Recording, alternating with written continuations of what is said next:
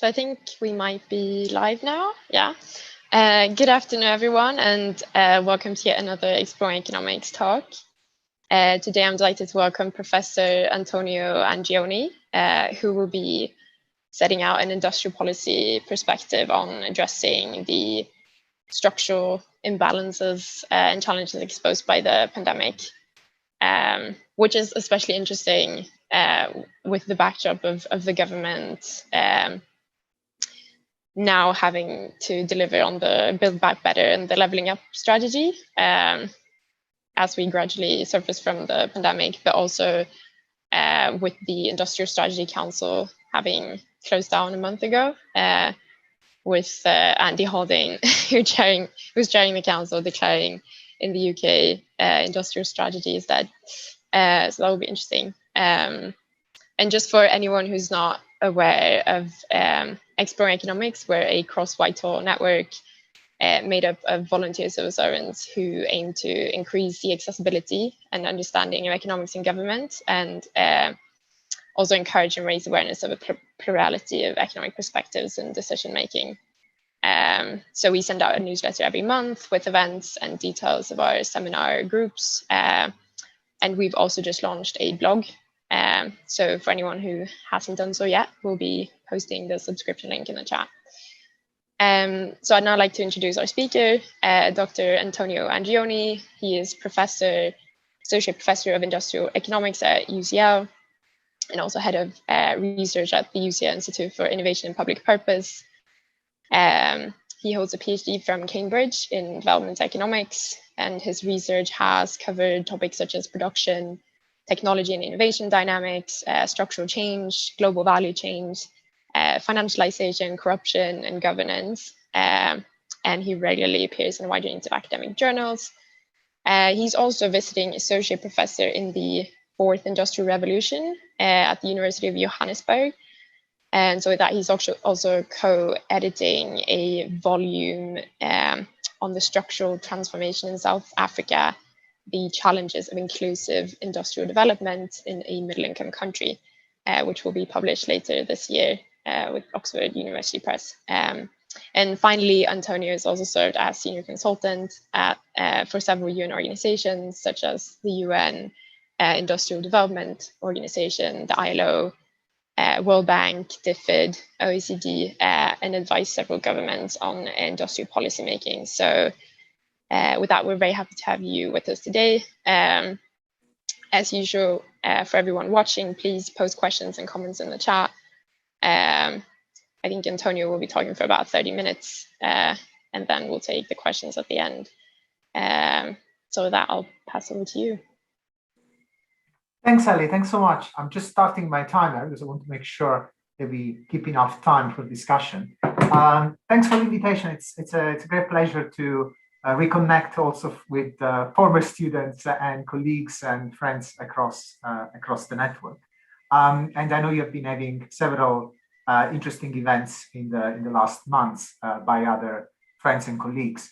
The topic I would like to discuss today, it's very much related to my own research, but also I think it's becoming increasingly more central to the discussion in government across different departments. In a sense, the industrial policy debate, it's not more simply in the UK a base debate or a debate for people interested in industrial strategy, but broadly in the way in which the government engaged the society, and the social contract is written between the different parts. So what I will do is to, first of all, share my screen here so you can see better. Yeah. Yeah. And what I will do is to try to use some of the experiences that we've been seeing during the pandemic to actually discuss what new ideas around industrial policy are emerging, and how also these ideas are connected to our previous understanding of industrial policy.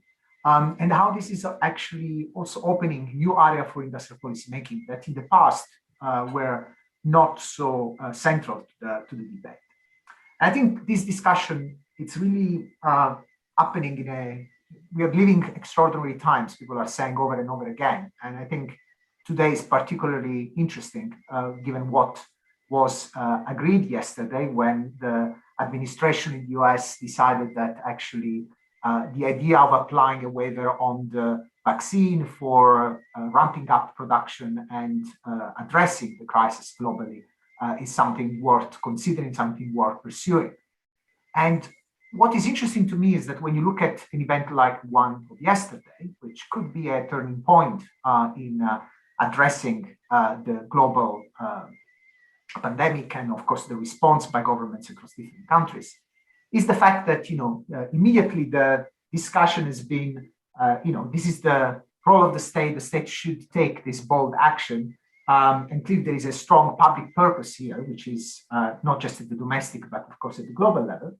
But also there are private interests involved. And the debate, if you go through the Financial Times or many of the same scholars who have been engaged with, the ideas about waiver and intellectual property rights, are raising different type of position and concerns. Overall, I think there is a strong turn into the debate in terms of rethinking the way in which we allocate intellectual property rights and the way in which intellectual property rights are or not so necessary to push the kind of innovation that we need. But of course, this type of debate, everything that is about regulating the industry, defining the who is going to bear the risk, who is going to get the rewards from innovation, these are all central themes in an industrial policy discussion. So talking about industrial policy, it's indeed very, very timely. And what I will try to do is to advance five main arguments, which I think come out from the experience that we've been seeing. And hopefully some of the examples I will provide will substantiate these arguments and will create space for the discussion later on. And a number of these arguments, of course, are very controversial, especially in government where for many years there has been a very strong position that has seen industrial policy as highly problematic in terms of as an instrument to interfere, that potentially can interfere into the dynamics of the market. But the pandemic has been at the same time a sort of test bed to see if some of the principles that we use to inform policymaking that are very much anchored into the idea of the market and as much as possible limited state intervention are actually working or not. In other terms, can we go beyond a purely market failure justification rationale for industrial policy, building on the lessons that we've been seeing coming up from the pandemic? And of course, many of these lessons are unfolding while we speak. The first proposition is that markets, especially when we are looking at uncertainty and extreme events, are not very good allocative mechanisms. And in fact, we will see that we might have to think about other forms of providing the right type of channeling the right type of information to markets and actors in the market to make sure that we obtain the type of outcome, efficiency outcome we are looking at. The second one is that static efficiency is often a poor criterion policymaking, especially when we are trying to deliver outcomes that are related to more systemic properties of the economy and as well as dynamic properties. In particular, we have been talking a lot about throughout the last year about the importance of developing resilience in economic systems. And of course, resilience never appeared as a central topic in industrial policy, but implicitly has always been a goal of delivering dynamic and robust systems that are able to react to change over time. We also realize that private is not necessarily more efficient or innovative than public. And in fact, lots of the innovation and lots of the scaling up of technologies that, for example, in medical device ventilators that we've been seeing, have shown how many of these innovations come out really, even if there was no probably need, but showed strikingly how they come out from an ecosystem effort, an ecosystem where public-private actors operate in a quite complex way. And again, this is very important in the way in which we think about industrial policy, because this is really not about a state replacing markets or private organization, is about actually how these different actors are operating in the same space and how they can coordinate their action in order to achieve certain type of social, economic, environmental outcomes that are desirable from a public purpose and public point of view. In this respect, I will also focus on 2 points, points 4 and 5, which is the fact that markets tend to operate as, of course, as redistributive mechanisms, but they have a strange mechanism that is losses tend to be socialized in a time of crisis, while profits tend to be privatized. And what we have been seeing now increasingly, and I will come back to this later with some data, is that this is actually extremely fast, right? Even during the crisis, there is a fast process of privatization of returns. Finally, and probably this is the summing up, and I will advance a few more concrete propositions around what the state can do. There are a number of things that the state can do that markets and private organizations cannot do, and these are actually very important to get markets functioning. So in other terms, for functioning markets, we need to have strong state capability in place. Now, I will be very quick in some slides. I will skip through because I think there is no, we are after 1 year, 1.5 years from the start of the pandemic. I think everyone is aware of the fact that a pandemic is an extreme event, is an event that is not unexpected, because in fact, we know that this is not the last pandemic, but is definitely an event that has high degree of uncertainty. And the uncertainty comes from the fact that when the event comes up, we don't know exactly how it's going to unfold, what type of new needs is going to raise, and what specific impact is going to have. And we have realized, in a sense, like in a test bed or in a social test, what were those institutions and those part of the economy of the society that were particularly vulnerable in a situation of uncertainty in the extreme event like the pandemic. And also we have seen that the pandemic as an extreme event is very much connected to other extreme events. And this is particularly the case, especially in developing countries. We've been seeing how one crisis can lead to another in terms of impacting the society as a whole. We know that this is one of the deepest global economic recession in modern history, that there are disproportionate impacts within and across countries, and that these impacts are going to last over time. And in a sense, we are now in situations where exactly because the crisis is so deep, we are sort of living in a phase of interregnum, a phase where the situation is opening space for going beyond consolidated paradigms in economics, but also in policymaking. And in a sense, we have been seeing how this conversation has been accelerating, probably much more than after the financial crisis, the last big financial crisis.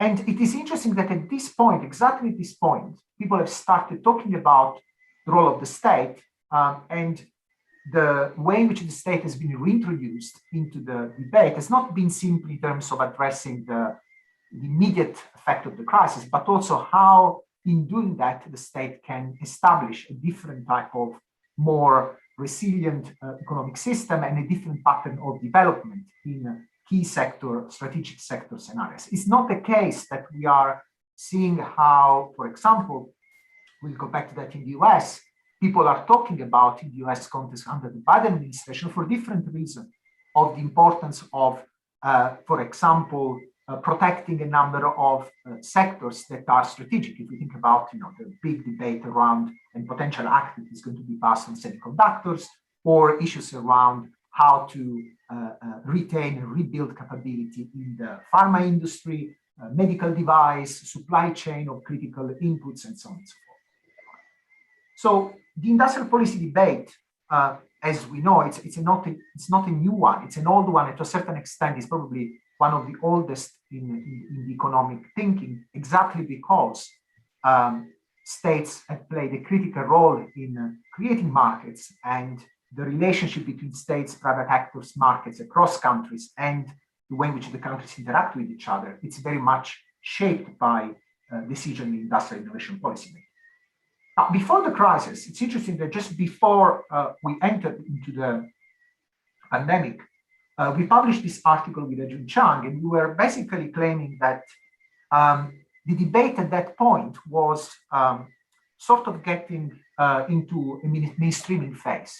What we meant with that? What we meant is that while before the financial crisis, industrial policy was still, while countries were still using some of the industrial policy traditional tools, but in terms of the debate, the idea of industrial policy was quite of a taboo, was quite of an idea of something that, again, the state should use as less as possible. And when used, should be horizontal, should be innovation focused, should not interfere with decisions that are better made by the market. And points we were making were, and I'll be very quick here, I'm happy to share the article, it is in open source available. We were pointing out a few issues that I think are now becoming even more evident after the crisis. I will be brief here. The first one we pointed out was, we were forgetting how the state can play a critical role in committing resources under uncertainty. If we think about the commitment of resources in assets that can turn particularly useful in a time of a pandemic, we have a very good case here. And committing resources under uncertainty means also socializing some of the risk and creating a system that tend to be more resilient. We also made point about the fact that we talked a lot about innovation in the industrial policy debate, but very little about production. And again, here we look at what has been happening and we realize that you can be very innovative, you can have very strong capacity in building a new vaccine, but then the problem is, can you actually ramp up production and make use of that vaccine in an effective way? I will give you more example later. We realized our industrial policy is also critical for macroeconomic management.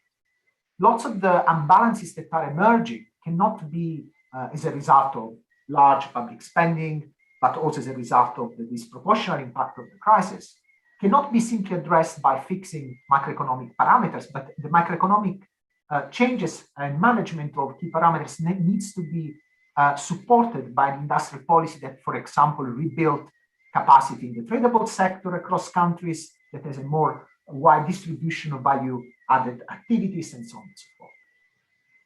We also pointed out that industrial policy, it's not simply about giving out money and resources. It's about managing conflicts and managing potential different interests that exist within the same sector, across sectors, in the broader society, and across countries.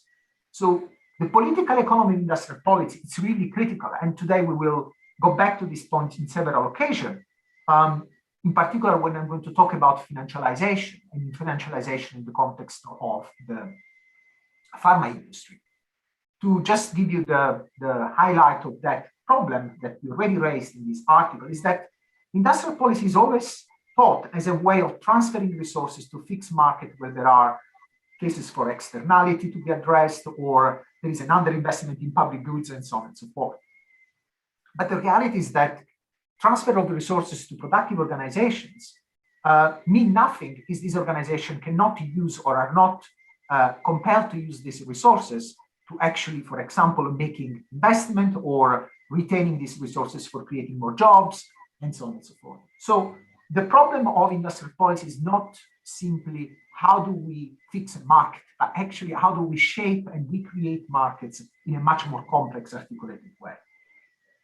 And of course, the last point there, imperialism, is about the fact that industrial policy are domestic, but also are becoming more regional if we think about European context, but also have very dramatic impacts across countries. There are plenty of other work. This is a special issues that we did also just before, the year before in 2019, with several cases of contribution by a number of leading scholars from different countries. I skip this.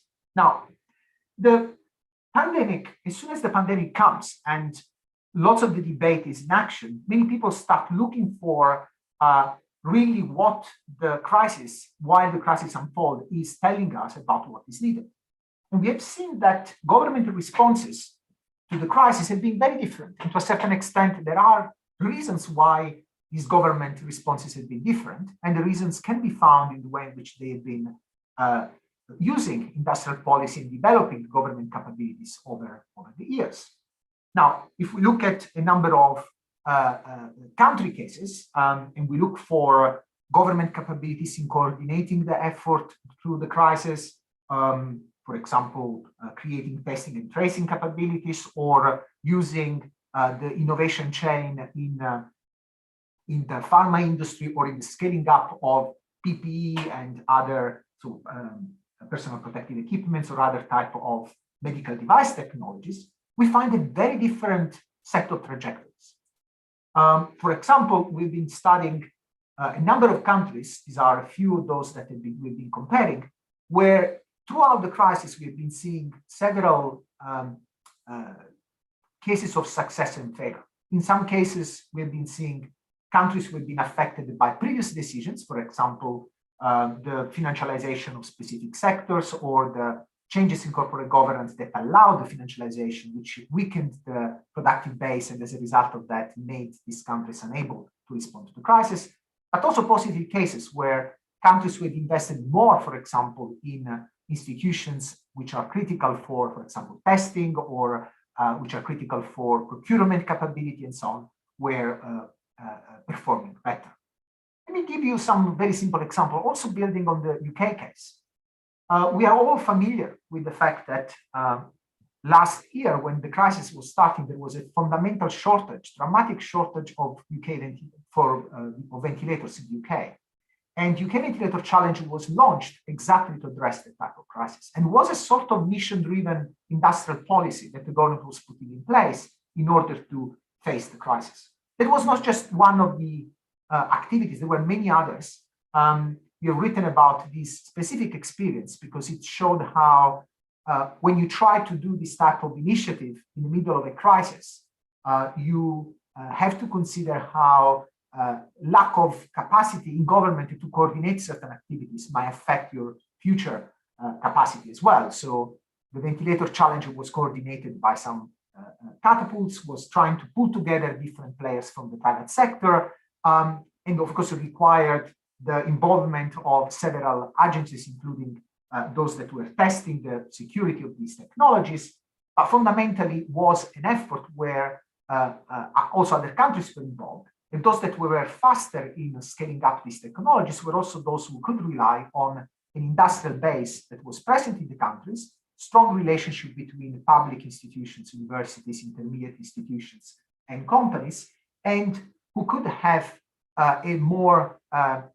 capillary distribution of government institutions throughout the country to deliver targeted intervention.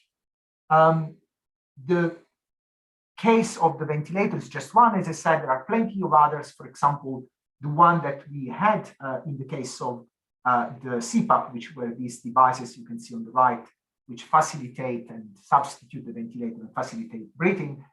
These were developed again by a mix of institutions which were doing industrial policy in action, that were scaling up solution and mission-oriented initiatives to actually come out with tools that were then diffused across many countries.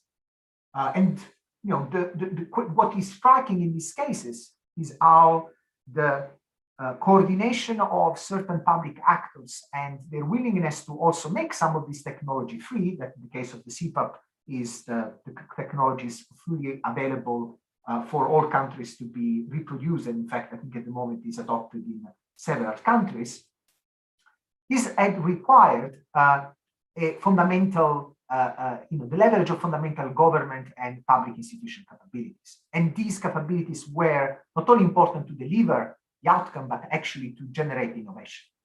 Each of these technologies do not simply need an innovator or a company with a great idea. Needs hospitals where these technologies can be tested, needs labs and living labs where you can actually see how in reality they operate on the ground, how much they address the problem, and so on and so forth. And this is the same in other countries. I mean, the crisis about masks that we had in the context of Europe and other public, and other PPE equipments was addressed by regional governments, in this case, in the context of Italy, who could leverage between the regional and the national government very specific capabilities in clusters that were developed over the years thanks to industrial policy to actually scale up the production of these type of products. Now, in all this emergency situation, we start seeing how the market in itself didn't have any contribution, but didn't have any contribution not during the crisis, before the crisis. The fact that there was underproduction of a number of PPE equipment, for example, is because the markets was not signaling that these were things that companies should focus on. So during the crisis, there was the need to invest in the production and the technologies that were required for the certain type of initiatives. At the same time, lots of things like investing in extra beds in hospitals with intensive care units and so on. Of course, these are things that you can try to ramp up while the crisis emerged. But if you had those before, you could be able to have much more resilient and robust response to immediate crisis. And of course, the problem is here that in many cases, we've been developing not just in the public sector, but also in the private sector. If you think about just-in-times and other forms of organization of supply chain, a logic that really try to reach static efficiency, but actually undermine dynamic efficiency, which is quite paradoxical. If you think about in engineering, for example, when you produce a product, and in particular, let's say an airplane, which is a critical product system, you create always redundant systems, right? You want to make sure that the airplane is not going to go down because, for example, the stabilizer on top of the airplane doesn't tell the airplane where to go. This is the case of Boeing, right? As you know, there was a big issue, and there is still a big issue around how that works. So the idea that you build redundancy in a system and you think about dynamic efficiency, not just static efficiency, is something that it's critical to design industrial policy and to justify industrial policy making in any space. Also, the cases that I briefly mentioned also show that, first of all, the private is not always necessarily more efficient than public. In fact, in many cases, public and private have been able to deliver outcomes when they were able to find the right type of coordination. But to have a strong private response to, for example, a mission like the CPAP, or where, for example, the Formula One, Mercedes, and others, private companies have been involved with UCL, you need also to have strong public institutions who can actually use their capability to make and leverage the public sector, the private sector in the response. It's interesting how we also noticed, and here I will be quicker, this is work we are doing at the moment for the flagship report of the United Nations Industrial Development Organization. We've been also noticing that countries' response have been very different in different moments in time. Some countries have shown more resilience or robustness in the early stages of the crisis.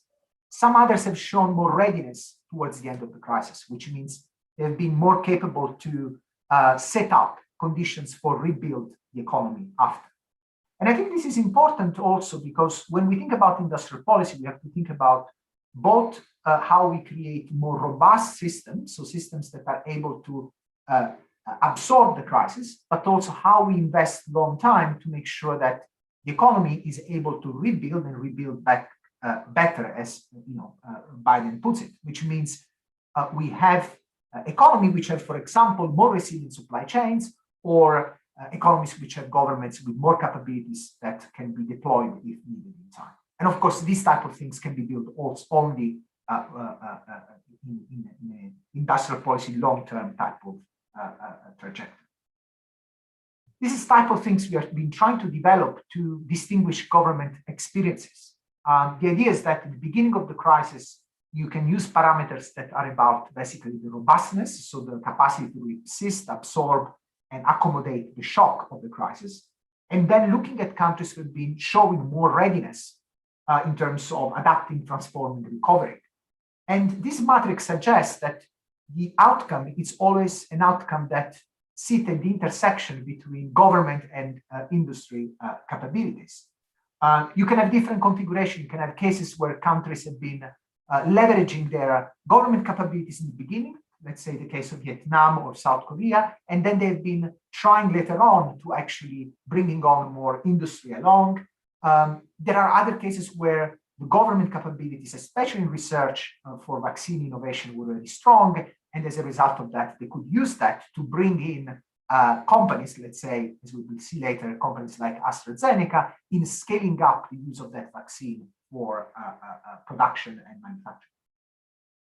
And the problem is that many of these things are of a structural systemic nature, which means that, when you try to invest in government capabilities or in industry capabilities, having strong capabilities in one area or the other is not sufficient, which means that you have lots of potential bottlenecks that emerge in a system of this type. This is just a schematic where you can trace back the relationship between different actors and their capabilities in the response to a crisis. Now, this is in the context of COVID, but this is how ecosystem works in general. So even in a normal case, the understanding who has capabilities in doing what and how this can be deployed in normal time, in critical time, and so on becomes critical. And bottlenecks can emerge, which can make other capabilities among other actors useless. And this is important because, especially, for example, when we think about countries like the UK, you never have situations where, even in the most remote regions, where you don't have any capabilities. The problem is that you need to be able to match and to understand what is missing vis-a-vis what is needed. Now, let me just move to the very last part of my presentation, which is about other two principles or arguments that I raised in the very beginning. The first one being that, and very much connected to the previous one, so the idea that private is not necessarily more efficient or innovative than public, is the fact that we have a socialization of risks and losses in the time of crisis, while profits tend to be privatized. And that when markets need to function, especially not just at the domestic but the global levels, we need strong state capability. Now, let's look at the specific of the vaccine here. Now, so far we've talked a lot about scaling up, ramping up of medical device technologies and other technologies which were so critical in the early stages of the crisis. Now we're talking about investment that started, of course, very early on, but it materialized in terms of clinical trials and so on towards the end of last year. It goes without saying that we are, at the moment, when we look at this specific context, we are experiencing what the South African president, Cyril Ramaphosa, called the vaccination apartheid. If we think about how there is disparity in terms of vaccination and now even the COVAX scheme has not been particularly working. Now, someone could ask, how is that we are in a situation of such shortage? And of course, producing a new vaccine in such a long, short time has lots of problems in terms of ramping up the production, in terms of how companies are more or less ready to deliver, organize their supply chains. But we also need to understand how we got to the point where there are very few companies, there is an underproduction of vaccine in general, there are very few companies who are capable to do certain type of things, and there are countries where vaccine capabilities have been completely lost. And this would be also an interesting case to look in the UK. Now, to do that, we need to understand industries, and we need to understand an industry like, for example, the pharma one.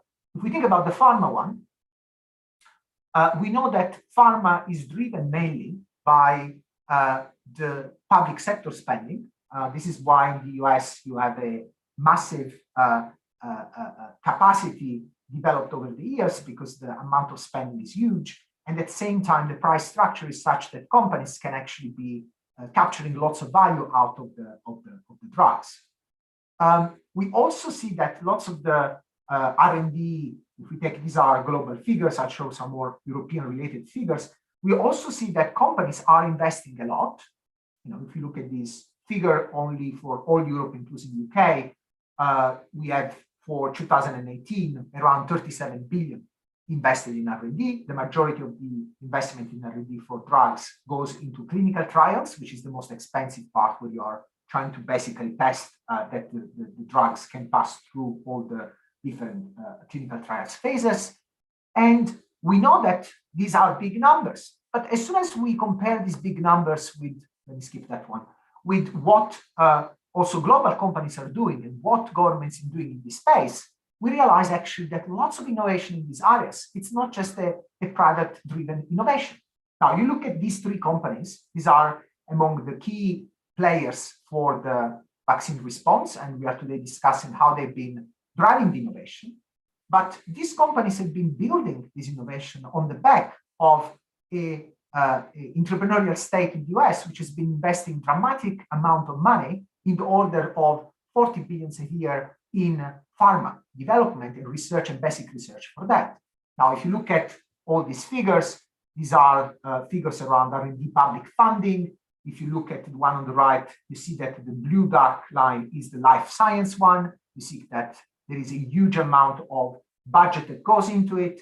And also you can see, if you look at the National Institute of Health, that the National Institute of Health is in 2018 was receiving 36 billion of funding from the government.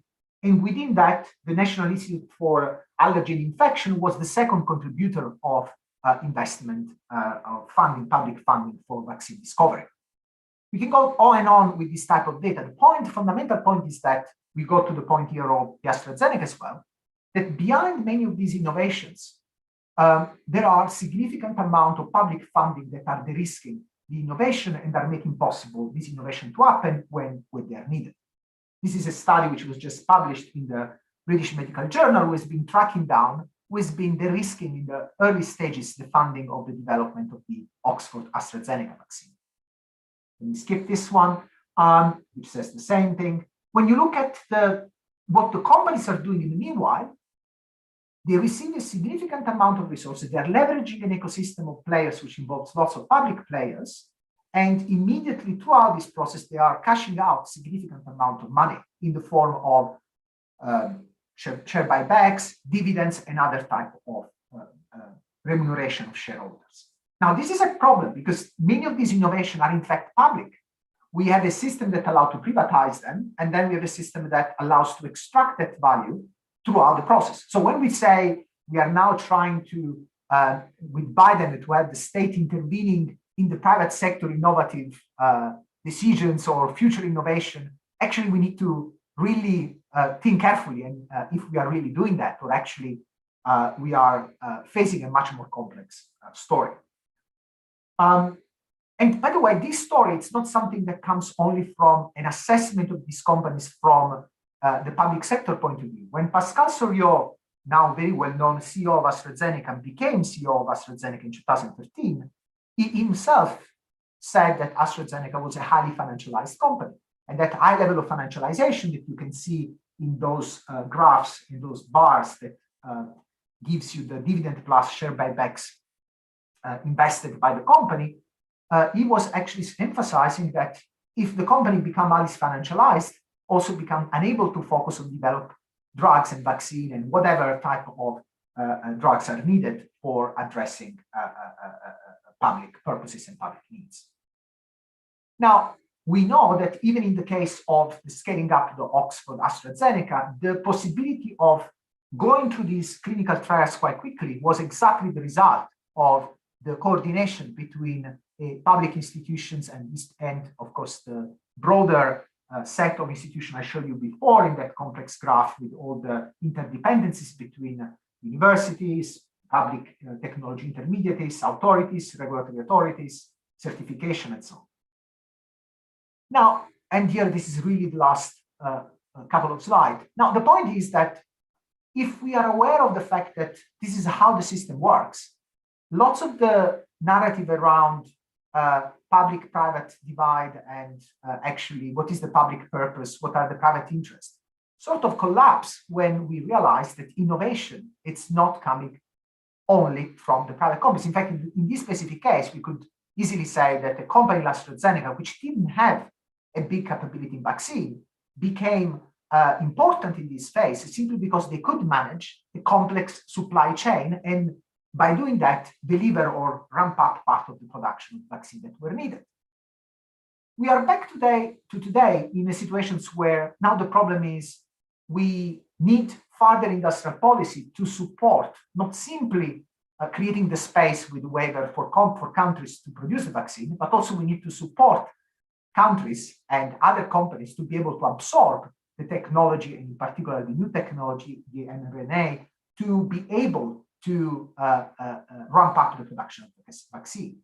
And in a sense, this is an interesting moment to look at industrial policy from a public purpose lens, because here industrial policy can really focus on those sectors, technologies, and activities that make an economy more resilient, that develop the health ecosystem and the health industrial ecosystem around that.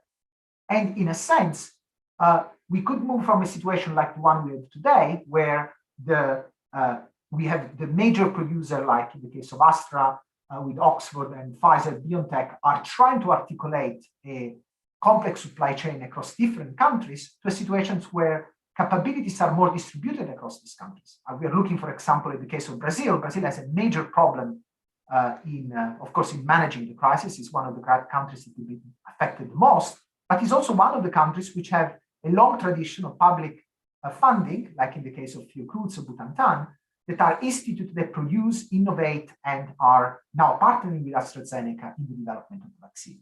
So capability exists across developing countries. The problem in middle-income countries and emerging economies, the problem is to create the policy space and create a framework to actually use industrial policy in this space. This is not just a developing country story or emerging country. Industrial policy are very much needed, as we have trying to point out, also to increase the resilience in countries like the UK. And the examples I provided show how targeted public investment, as well as new forms of strategic control. People are now talking about public wealth funds, golden power rules. What would have happened if AstraZeneca was not remaining a UK company, when a few years ago there was ideas for, for opportunities for takeover, but also the use of conditionality in public funding allocation, possibility for using corporate governance reforms as new tools for industrial policy and reducing the level of financialization of these companies. The use of procurement. We have realized how procurement can be such a strategic tool for creating markets and shaping markets, and there is a revival of interest for functional procurement. All these things can be translated into specific policies, and we'll discuss that more later, only if we start questioning and rethinking the boundaries between public purpose and private interest, what is domestic resilience and what is global security. And I think what we've been seeing in the US now is this interesting mix of bold new public spending, which can be actually turned into industrial policy, in some cases, mission problem-oriented industrial policy, also in the social space and social spending, combined with the opportunity of creating more policy space at the global level to actually face a crisis like the pandemic, which actually is just a crisis that we are facing also in the environmental space, if we think about the need for transferring technologies and energy technologies for energy provision in these countries as well. So I think this is an interesting time to see how developed different countries are engaging in a new way with industrial policy, and how we can start exactly from those sectors that have shown to be critical for the resilience of our economies. I'll stop there. Sorry, I think it took a bit more time. I think that's totally fine. Thank you so much, Antonio. That was so interesting. Yeah, I think it's definitely very useful for, especially for us government economists and policymakers, to hear some of the kind of new thinking going on in industrial policy, especially in the light of the pandemic. I'd really encourage everyone to keep posting questions in the chat, but I'll start with one from Adam, who is wondering what, in light of your colleagues at IAPP, who authored some research for BASE on alternative policy evaluation tools. So he's asking, can you talk about how to embed effective industrial policy into policy evaluation?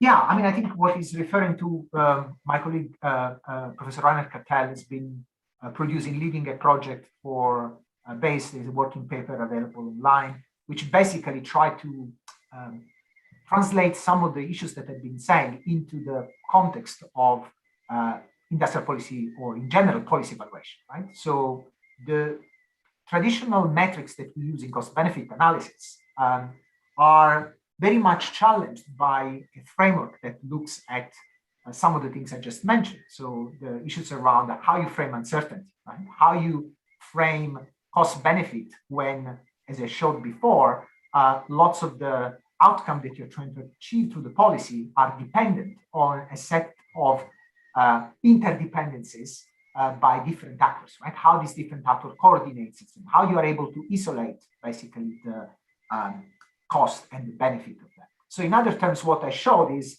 a way of looking at a theory of change of these, of the dynamics of these complex ecosystems that require to focus much more on what are the bottlenecks that exist there, an assessment of how, for example, building up redundancies can actually free more capabilities across all the system. You can have from a cost benefit point of view, from a more static assessment point of view, you can have very efficient nodes in that system, but very dysfunctional when it comes to responding to a shock, for example. Right? So the problem is developing evaluation metrics that take into account much more complex systems, that takes into account the dynamical complex system that is made of uncertainty, and take into account what I was mentioning at the very end, what is public, what is private, what is the boundary between these different dimensions. Right?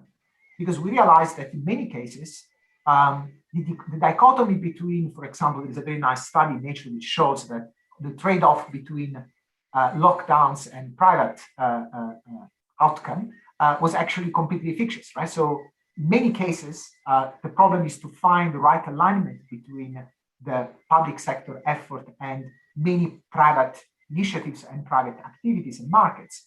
And in many cases, companies I was referring to, they are beyond private actors. They're public listed companies where there are several stakeholders that are involved. And so you can measure what they're doing or not doing, or how the government is intervening in these spaces or not, only if you understand the real nature. And for example, I mentioned corporate governance reform, right? There is a recent report which is trying to advance new criteria also for corporate governance in the context of the UK, which in fact, try to rebuild this idea of stakeholder capitalism, or an idea of regulations, which are not just policy transferring subsidies of resources, but regulation that shape the way in which actors in these sectors allocate resources and move these resources towards different ends.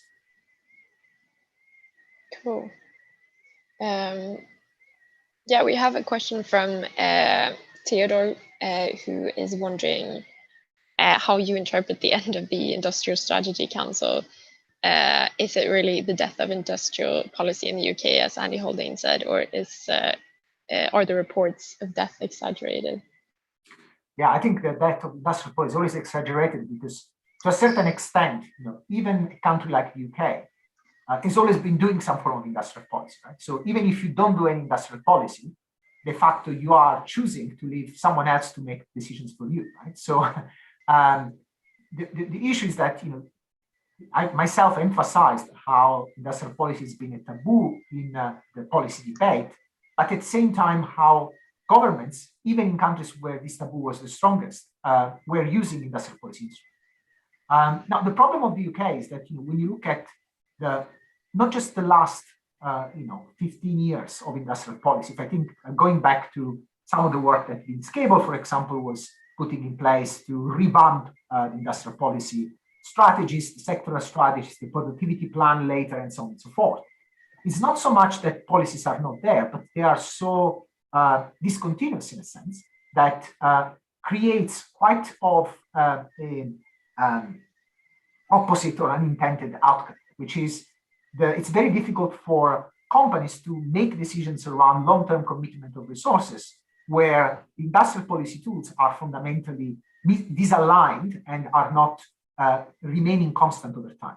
Now, many of the industrial policy tools that work best, if we think about the US, for example, right, the SBIR program that was imitated here, the SBRI program in terms of small business support and financing, these are instruments that are the most effective exactly because they've been going on for 20, 30 years, right? And the more there is this sort of disjoint and this continuous restarting, right? Start and go, stop and go type of exercise, the more the policy is in itself ineffective. And secondly, the specific of having councils or institutions which try to coordinate industrial policy and target industrial policy in different parts of the countries, and this of course connects to the leveling up agenda, is another paradox in the US in UK trajectory.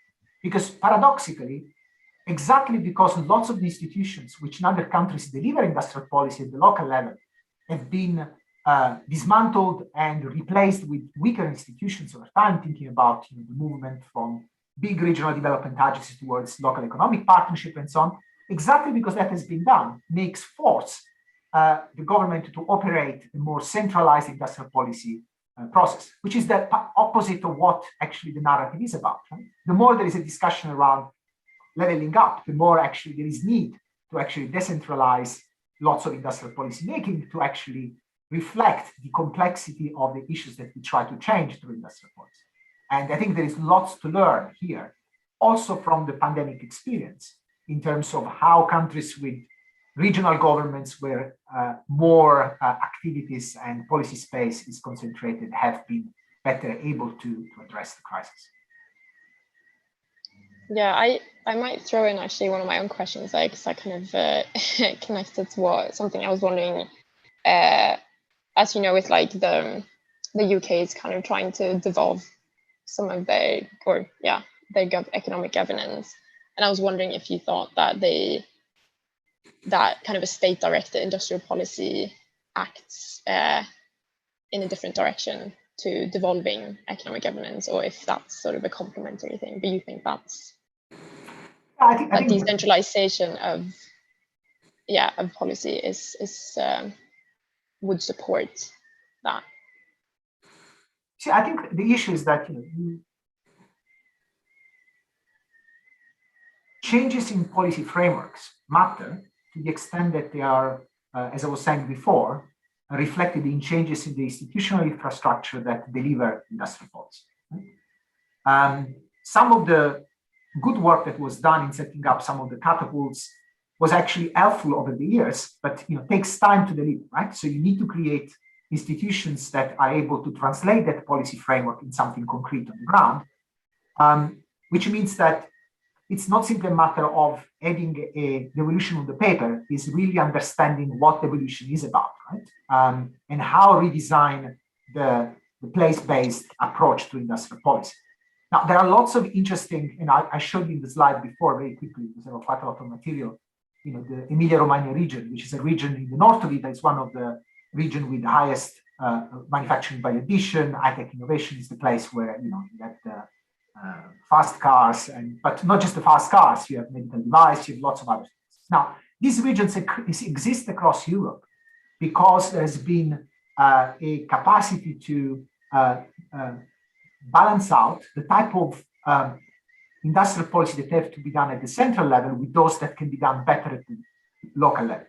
The reason I'm saying there is this complex balance is because it's not always the case that everything can be done better at the local level, right? There are compositional issues that matter a lot, especially in industries like pharma, or if we think about aerospace and so on. These are industries which are highly concentrated, with very few players that actually orchestrate the supply chain. And if they take aerospace, after you've got BAE, Rolls-Royce, and GKN, you basically, if you are not able to have a sound industrial policy which looks at the national level and the global level, then you cannot be able to develop a proper industrial policy that looks at the supply chain at the regional level of these specific companies. Right? So there are different levels at which you need to design the strategy so that that can be effective and address different type of challenges. The risk of going in the two opposite and not recognizing this need for a multi-level governance system is that either you over-centralize, and what you ask is for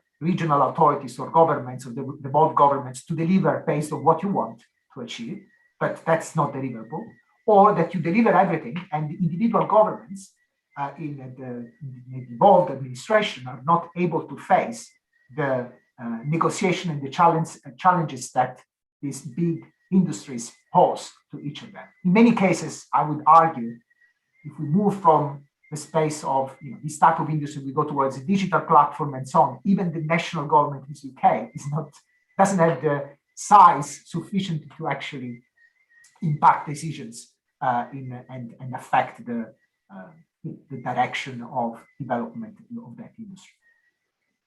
Thank you. Yeah, it's super interesting.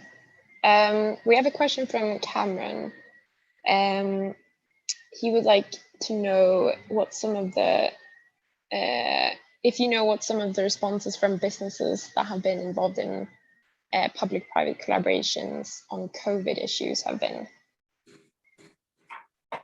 I think, well, I as you know, all this last year has been quite a difficult one because also from a research point of view, because all the industries have been referring to are, if we think about how difficult it's been for quite a long time to understand what were the agreements between, for example, pharma companies and the government or institutions like Oxford and others that were involved in supporting the actually innovating in the vaccine space and the supporting of the scaling up and so on. So from that point of view, it's difficult when we talk about these big companies to understand what is their experience of these engagement and relationship. Clearly, the pharma industry is probably the one where we have more difficulties in understanding the nature of the relationship. In other industries, the problem is more complicated, right? Because you have a very heterogeneous type of set of experiences. When I was mentioning about companies which were involved in the UK ventilator challenge, we documented how there are working paper studies that are emerging, how certain companies which were trying to jump into this new area, right, underestimated how challenging it was actually to scale up out of the blue and design parameters for these new technologies, right? You know, think about the experience of Dyson and other companies which were trying to respond to the government's call, right? And that emphasizes well the fact that these companies, while they might have had a very strong connection and relationship and willingness to engage into that government call, they might not have had the capabilities required to do that. Right? So I think this is the complexity of all the story. And then, of course, we have all the other players in other sectors which were affected and not directly involved, if you want, in the response, right, in terms of the production of these new technologies or vaccines. And to add an extra layer, many of the companies we are talking about tend to be at the top of the supply chain. So we don't know even how these companies manage themselves, their own relationship, the B2B relationship, right? How the supply chains have been affected because these supply chains are extremely long, and in many cases, it's difficult to distinguish where there are stages in the value chains where there is real value addition and other stages where we have just intermediation. Think about just the procurement of PPE and other masks and so on, right? All the issues that have been raised now in terms of the quality of some of these things that were provided, the contractual terms, how this procurement was developed and so on. I think we are just now starting to understand some of this complexity, but I think I would not be able to present any specific case of a company which has been documented sufficiently to say something about it. Cool. So I think we have one more question, but just as we're kind of running out of time, if anyone needs to leave, I just want to flag our next event on the 19th of May, which is our second talk of the Exploring Economics Climate series. It's pluralist and complexity-based approaches to net zero with Simon Sharp, Maria Niklaidi, and Hector Pollitt. So yeah, that would be interesting. So yeah, we have one last question from Don Pedro. He's wondering what your take is on, isn't there an argument that the US consumer tends to fund pharma research and development for the rest of the world? In what way US lack of health public good creates a global health public good?